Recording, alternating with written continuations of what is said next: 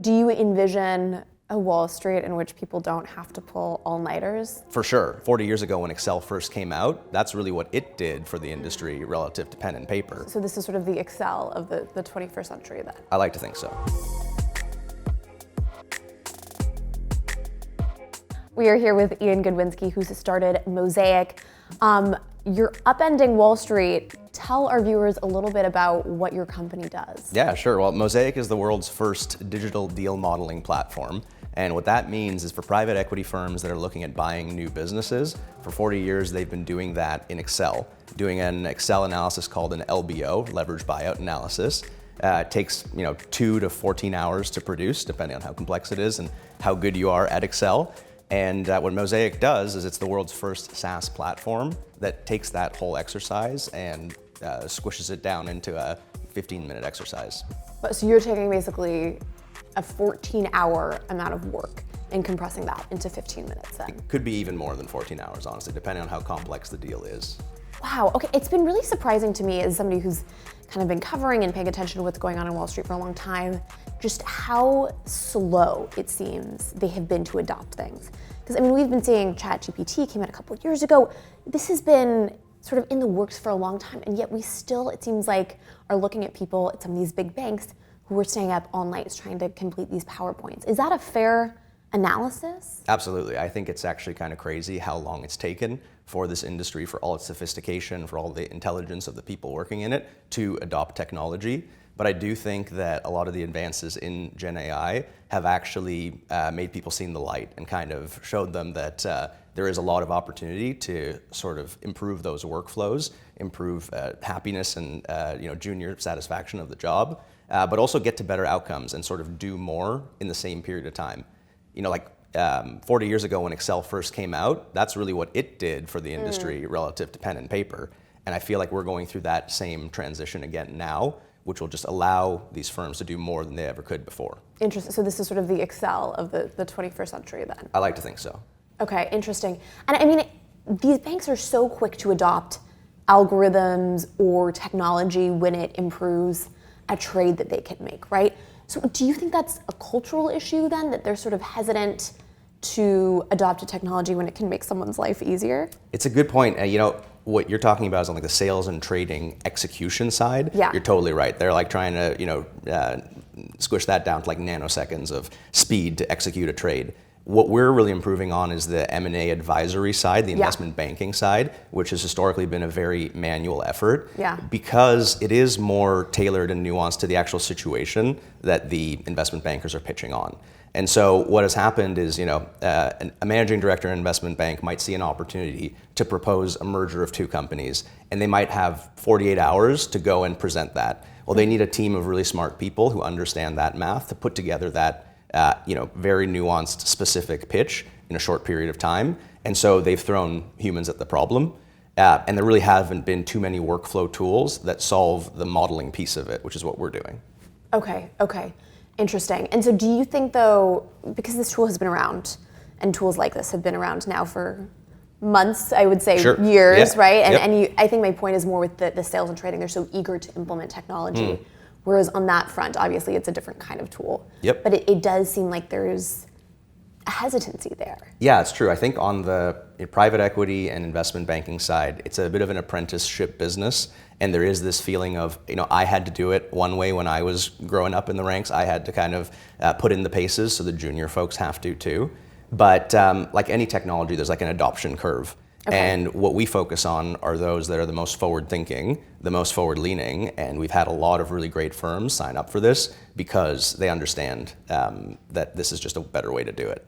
Yeah. I think it'll take some time for the folks that have that different mentality to come on board, but ultimately this is going to be the way that people are doing this in the future. Yeah. So do you envision a Wall Street in which people don't have to pull all-nighters? For sure. Yeah, for sure not all-nighters. I think that is absolutely ridiculous. And it's because, a portion of the time that you're spending doing this is not on the actual high mental horsepower, thinking element of the job. It's really on formatting, formatting cells, formatting different PowerPoint presentations. And that's not really high value added stuff. What we do is automate the lower value added stuff. I'm assuming you've had conversations with executives and high-level people at these banks. What has their reaction been to what you're proposing? It's one of two things. It's either this makes a ton of sense and like, where has this been for the last 40 years? Or it's a skepticism that it can fit all of the different nuances of the deals that they come across. But I think the brightest people in this industry understand that the model is kind of an exercise in forecasting and understanding the 3 to 5 things that make a deal great. And those are the things that you need to focus on, not the minutia that makes it a painful exercise. And the ones that really understand how this works deeply get that and realize that we can automate all that stuff that doesn't matter so that you can just focus on the 3 to 5 assumptions that will make or break a deal. Okay. And how have you gotten in the door in the first place? Because you're a younger company. Yep. No, it's been a really cool journey, and I do credit a lot of it to the business school that I went to. So Mosaic was founded at Harvard Business School. I've heard of that. Yeah. And a lot of the students sort of in my section or around were coming from or going into these private equity firms. And so I started working on this as a joint project between HBS and MIT, thinking that I would just kind of take it back to my old firm, NYNext Partners, and have it be a productivity tool that we'd all use. But it was actually a woman in my section who saw what I was doing and was going to one of these very large private equity firms and said, you have to show this to my team. Like, they would love it. We went together, showed it to them, and they became the first customer. Wow. And something similar basically happened with our first 5 to 10 customers.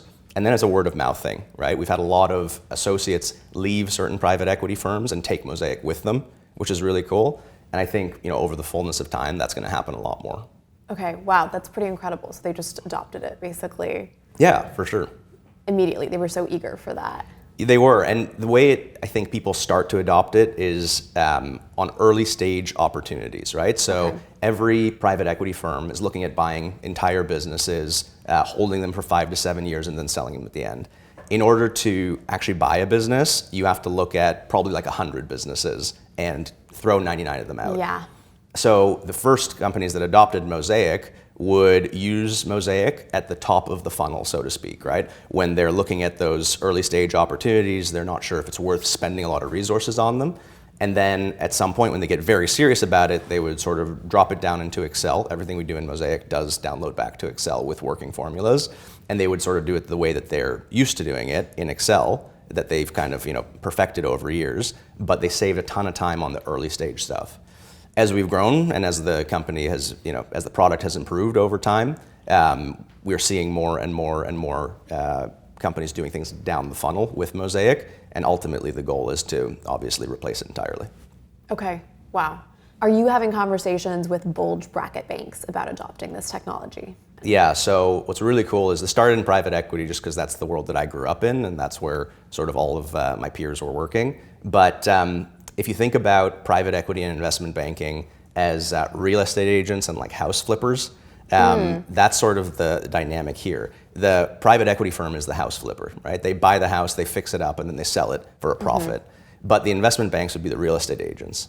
So they're looking at the exact same deals from just a different perspective. So they're running the exact same models, which is why this translates perfectly to investment banking.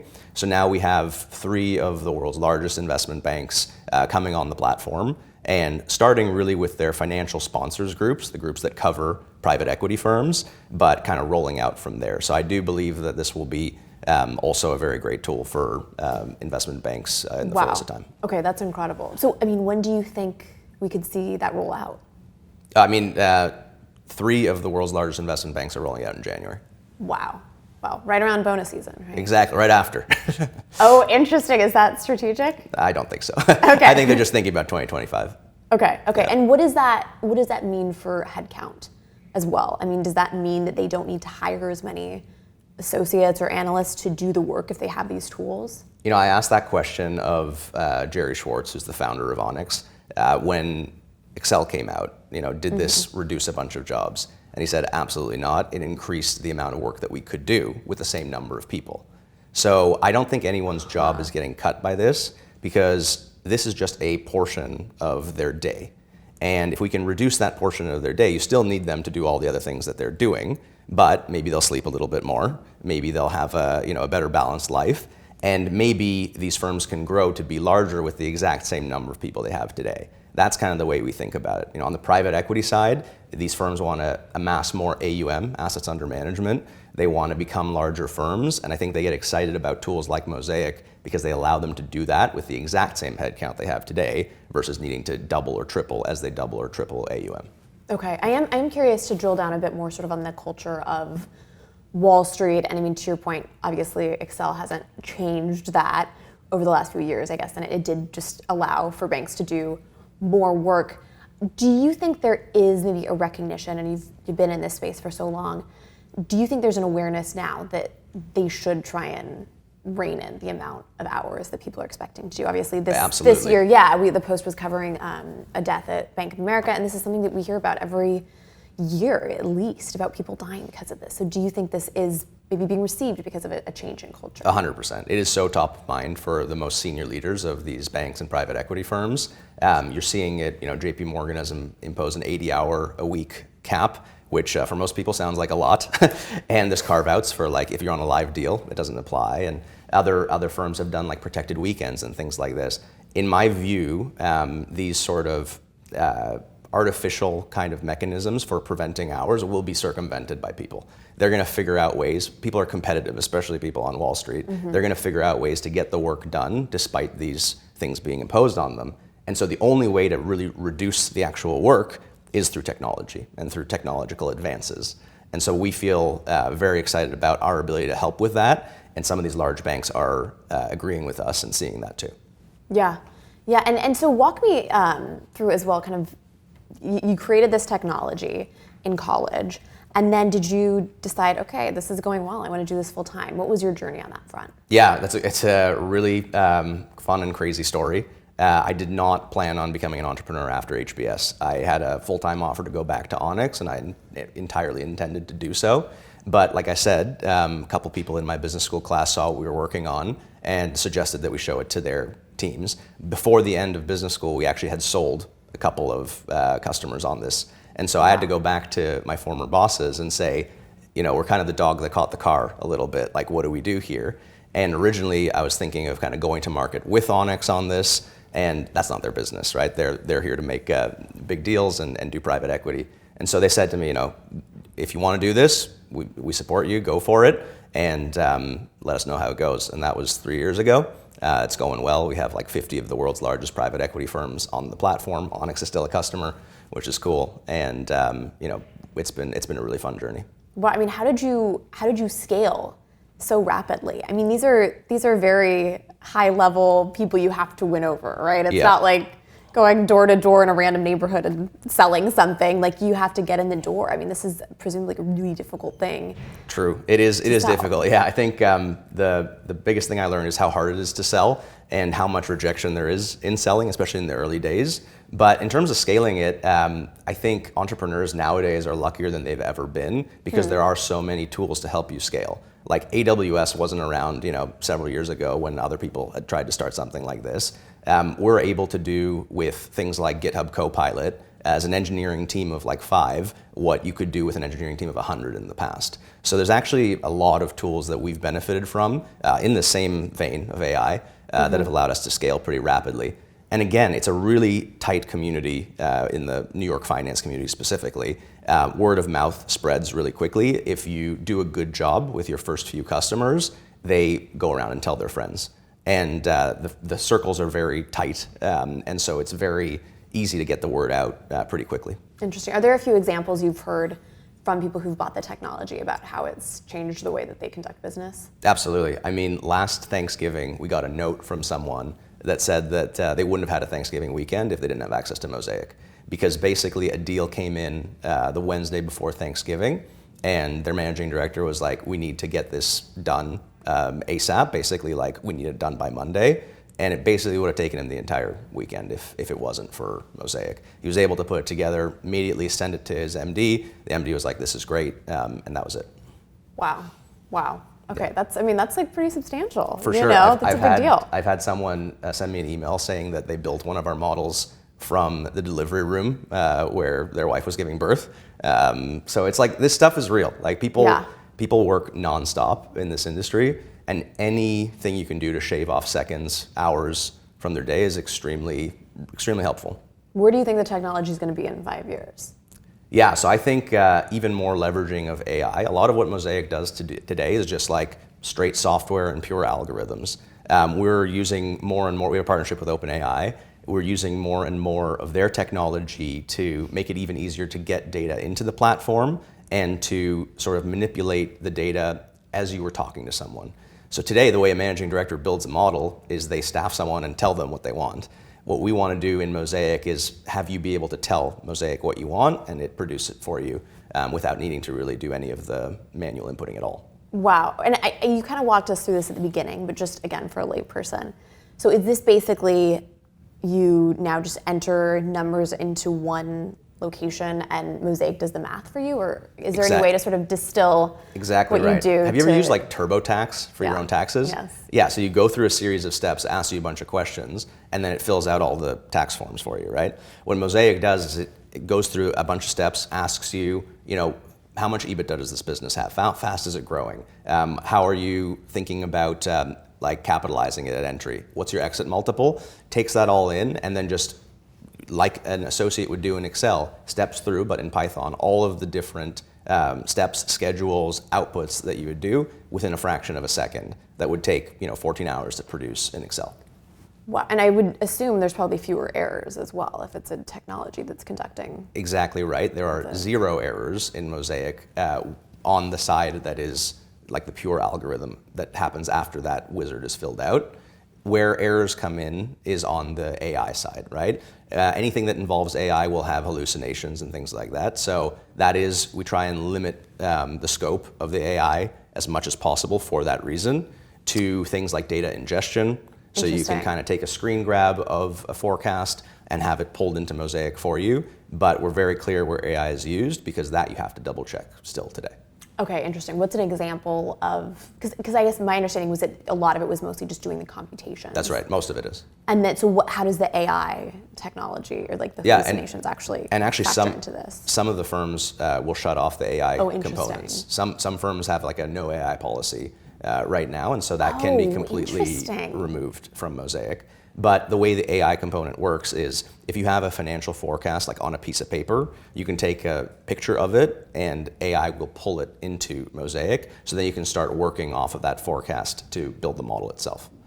Okay, yeah. I see. Okay, that's interesting though. So you can actually turn off the AI then. Right, because you can always manually enter in the key data points that were in there. What other ways do you think AI is changing Wall Street? So there are a lot of companies out there that are trying to help these firms kind of get a handle on their institutional memory within the firm. So if you think about a private equity firm, an investment bank, they have so many investment memos, documents from previous deals. That's like a rich data mine that is unused today. So there are firms like Rogo, Blue Flame, Hebbia that will allow you to kind of hook up all those documents and use these large language models to query them, right? To ask a question of, what was the average entry multiple for deals in healthcare from 21 to 22? And before, that would be a huge manual exercise to do, and these tools are allowing folks to do that very quickly with a few clicks. Oh, fascinating. You consolidate all of that data then. Yeah. I'm also curious, because we're the New York Post, so we're sort of tied to this region. Lots of chatter obviously about people moving to Miami or this location or that location. Do you think that Wall Street headquarters and finance are still very much in New York and centered here? 100%. And in fact, I don't think this business would be what it is anywhere else in the world. I'm actually Canadian. I'm not even from New York. Really? But Mosaic is situated here, 47th and 5th, because we're a 10-minute walk away from our 10 largest customers. And I think there's a tremendous opportunity to kind of be headquartered here. Every month we'll do what we call pre-MD networking dinners. So for investment professionals that are before managing director, we bring them together for dinners at places like L'Artusi or Teresi or really nice New York restaurants to get them together and build that community. And it's such a rich community here that honestly I don't think we could have done this anywhere else. Interesting. Okay. And so when did you move from Canada to New York, and what's kept you here all this time? So 10 years ago, Okay. my wife actually got a job at JP Morgan in New York, just down the street. And so she's the one that brought me here. NYNext is a Canadian private equity firm. Luckily, we had a New York office, so it was an easy switch over, and we've never looked back. Interesting. Okay. And coming from Canada, what's been your favorite part about being here and the opportunities it's presented you? I think I love the way that New York celebrates ambition in a way that I haven't seen anywhere else in the world.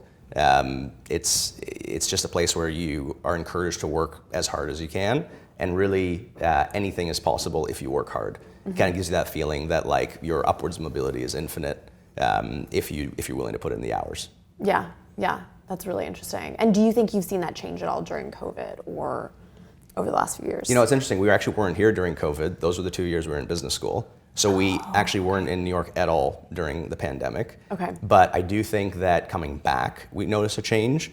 Things were a little slower, a little bit less open. But over the last couple of years, I think we're completely back. It's very hard to get a reservation anywhere. It's always busy wherever we go. And it's been awesome. The other thing I'd say is that of the 900 people graduating from Harvard Business School in our year, like 215 came to New York, which is actually pretty crazy if you think about where everybody came from to get to HBS. That proportion coming to one single city is astronomical, and I think it's indicative of how great the city is. Yeah.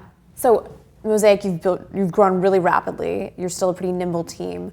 Where do you, as a company, want to be in 5 years? Yeah, it's a great question. You know, I want to see this go from being a digital deal modeling platform to kind of being a digital deal making platform, which covers more than just the financial model, because there is so much work to be done before a deal gets closed. And so one thing that we're really excited about that we're working on with one of our customers is an investment committee collaboration tool, where at the investment committee, like the most intense discussion about a deal, you can actually use Mosaic to play around with the assumptions behind the model and price a deal in real time, which is something that's never existed before. And one of our firms is using it and really loves it. I think where I see us going, 5-10 years from now, is I would love us to be a publicly traded company. I do not have any intentions to sell this. In fact, we've had offers to have it bought, and we've turned them down. I would love us to be what Anaplan was is for financial planning and analysis. I'd love for us to be that for deal making and deals analysis. So that's the goal. That's what everybody at this office is working towards, and that's what gets out of bed every morning. Well, I'm sure you can find somebody who'd be happy to take you public, given your contacts. It helps with the investment banking sales. Can you flesh out to a little bit what that means for an investment committee to be able to price something in real time? There's obviously been, and maybe I'm getting this wrong, but there's obviously been pitfalls where deals are priced incorrectly. Yeah. And that's, even WeWork. Like if you could maybe contextualize for a clip, like yeah, how those things have gone awry, like because there are very public examples of that, and how that could have been avoided potentially. I think, given your technology. For sure. I think the most important piece of underwriting a deal is buying it right and paying the right price for the right asset, right? People have said before, everything is a good deal at the right price. And so getting to that valuation is ultimately important, and it's paramount. The way that happens in private equity firms is investment committees of, call it a dozen of the firm's most senior people will come together and discuss a deal that's proposed by a deal team and ultimately decide on a value as a team. That happens today while they're reading static printed out PDFs often of a deal. It's based on gut, it's based on intuition. There's very little sort of data presented in real time. What Mosaic will allow these investment professionals to do is basically submit their views, individual views on a deal through the modeling technology, and give a sort of distribution of everyone's views on value. There's a great book out called Wisdom of the Crowds, where it kind of proposes this hypothesis that any individual is likely to estimate something incorrectly, but a group of well-informed individuals will often get it precisely accurate. And that's kind of the hypothesis behind this, is that when you have a bunch of brilliant people around a table and you actually give them a voice, that you'll get to the right answer and you won't misprice the deal. That's the idea. Interesting. Are there any quantitative things you can point to as well that shows how effective the technology has been? Like a firm has saved X% on, having to rehire people or whatever that is. Do you have any of those kind of metrics? Yeah, for sure. I mean, in terms of anecdotal stuff on time saved in an actual modeling exercise, it's, like I said, 2 to 12 hours per use. And so when you multiply that through thousands of deals being analyzed every year by these firms and multiply that by the cost per hour of these investment professionals, it's actually like a staggering amount. Interesting. I'm also curious to get your take on sort of compliance and regulation, because that's a large and expensive and time-consuming thing that Wall Street often has to grapple with. Are you facing scrutiny from regulators, or how have you been forced to comply with some of that? Yeah, for sure. It's a great question. Like I said earlier, some of our firms require us to shut off the AI piece because there's so much uncertainty still around how AI plays in with things that are regulated, things that are confidential information, things that are under NDA. And so, we have navigated that by working with folks like OpenAI to ensure that data run through Mosaic does not train any algorithms behind the scenes, isn't retained after some compliance window period, things like that. That's a wrap on today's episode of NYNext. We hope you enjoyed the conversation. If you liked what you heard, don't forget to hit that subscribe button on your favorite podcast platform so you never miss an episode. You can also catch us on the New York Post YouTube channel. And of course, be sure to follow us on social media for the latest updates and behind-the-scenes content. We're on Instagram, TikTok, Facebook, and X. Join the conversation and let us know what you think.